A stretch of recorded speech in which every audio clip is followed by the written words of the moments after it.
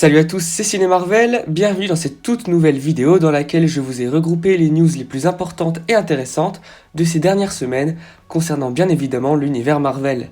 Au programme, des rumeurs sur les X-Men et la suite de Far From Home, des infos croustillantes concernant ce dernier, ainsi qu'une news sur Thor Love and Thunder. Les rumeurs sont bien sûr à prendre avec des pincettes, car même si elles viennent de sources fiables, rien n'a été confirmé. Trêve de blabla, il est temps d'entrer dans le vif du sujet. Selon Daniel Richtman, Kevin Feige voudrait conclure un deal avec Ryan Reynolds afin que ce dernier incarne Deadpool dans plusieurs films. Richtman nous dit également que Marvel Studios aurait une idée précise de leur version de Wolverine. Il voudrait une version anti-héros plus proche des comics et moins super-héroïque que le Wolverine interprété par Hugh Jackman dans la saga X-Men. Autre rumeur concernant maintenant Spider-Man. Marvel et Sony auraient déjà trouvé l'acteur qui pourrait jouer Miles Morales. Alors on ne sait pas qui ni dans quel film, mais il ne faut pas oublier que Miles existe déjà dans le MCU. En effet, dans Spider-Man Homecoming, le personnage d'Aaron Davis, joué par Donald Glover, nous parle de son neveu, qui n'est autre que Miles dans les comics, et dans Spider-Man New Generation également.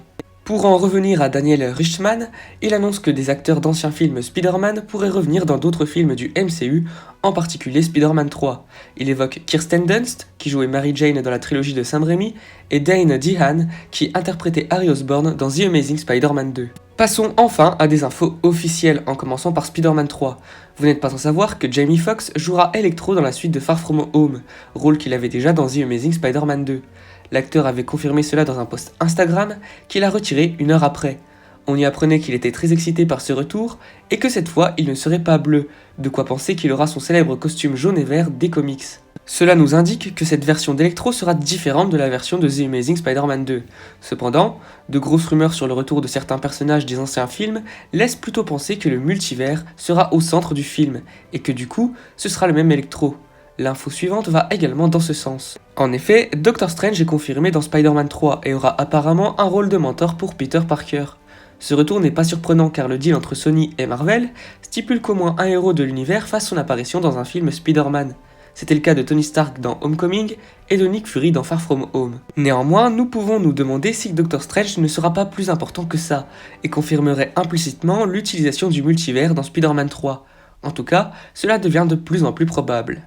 Pour finir avec la suite de Far From Home, la directrice générale du marketing de Sony Pictures pour le Brésil vient d'annoncer que le film sortirait bien en décembre 2021 et qu'un premier visuel de Spider-Man 3 sortirait en décembre 2020. Personnellement, je trouve que ça fait beaucoup trop tôt pour un trailer. Je pense plutôt que nous aurons le droit au look des personnages principaux ou bien au logo du film avec le titre bien évidemment.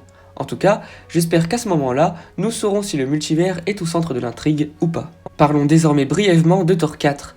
Natalie Portman, qui incarnera à nouveau Jane Foster dans le film, a déclaré que Thor 4 est basé sur le comics Mighty Thor, dans lequel elle subit un traitement contre le cancer et se trouve être un super-héros à côté. Donc oui, elle semble confirmer qu'elle sera en train de subir un traitement contre le cancer dans Thor Love and Thunder. Pour terminer cette vidéo, allons voir du côté de Disney+. Le 20 novembre sortira sur la plateforme Marvel 616, une série de documentaires anthologiques de 8 épisodes et qui explore le carrefour entre le riche héritage d'histoires, de personnages et de créatures de Marvel et le monde extérieur. Raconté à travers la loupe d'un groupe varié de cinéastes, chaque documentaire plongera dans le riche contexte historique, culturel et sociétal qui est devenu inséparable des histoires de l'univers Marvel. J'ai très hâte de voir ça et rassurez-vous, j'en ferai une critique pour vous donner mon avis. En ce qui concerne WandaVision, il a été officiellement annoncé que la série commencerait sa diffusion en 2020, sauf qu'elle n'apparaît pas dans la liste des nouveautés Disney+ de novembre. Alors soit il sera annoncé à la dernière minute qu'elle sortira en novembre, soit elle arrivera bel et bien en décembre. De toute façon, pour patienter, vous pourrez regarder Thor Ragnarok qui débarque sur Disney+ le 30 octobre.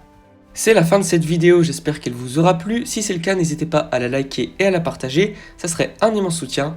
En tout cas, je vous en remercie d'avance. Dites-moi dans les commentaires ce que vous pensez de toutes ces news croustillantes.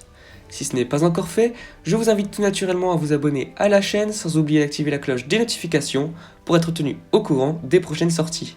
Bref, c'est tout pour moi, je vous dis à la prochaine, salut!